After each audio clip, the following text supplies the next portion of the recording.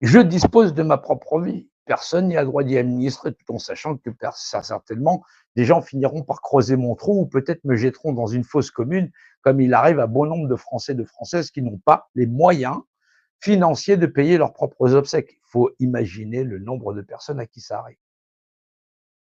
Et ça, c'est pas le pire, parce qu'en fin de compte, c'est que votre cadavre qu'ils jettent.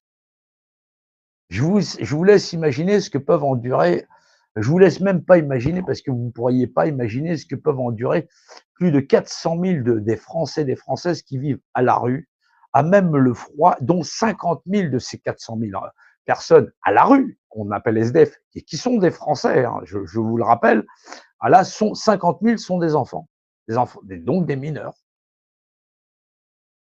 Le chaud, le froid, toujours connaître l'extérieur, comme si vous n'aviez pas d'endroit où vous abritez, pas accès ni à l'eau, ni à l'hygiène, quelle qu'elle soit. Vous brossez les dents, j'en sais rien.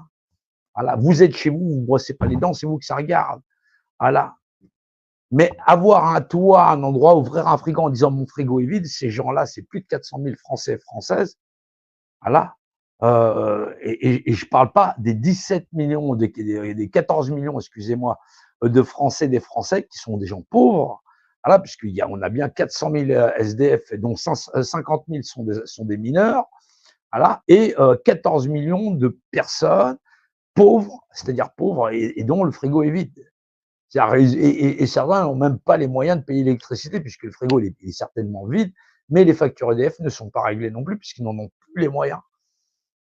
On est la majorité de la population française qui serait capable de changer cette société parce qu'elle serait un minimum intellectualisée et de bonne manière.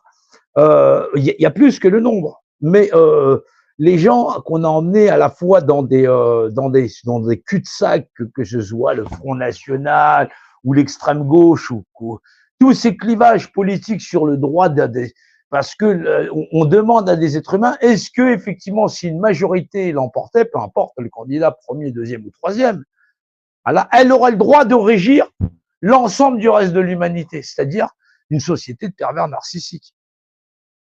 C'est là où ça pose problème. Les gens pensent que avoir la majorité, c'est avoir le droit de disposer des autres. On a élevé la civilisation humaine à penser qu'on avait des droits sur d'autres êtres humains. Non, il y a des droits humains qui font que les êtres sont égaux, voilà, et que cette égalité de droits s'arrête là où tu ne vis pas autrui.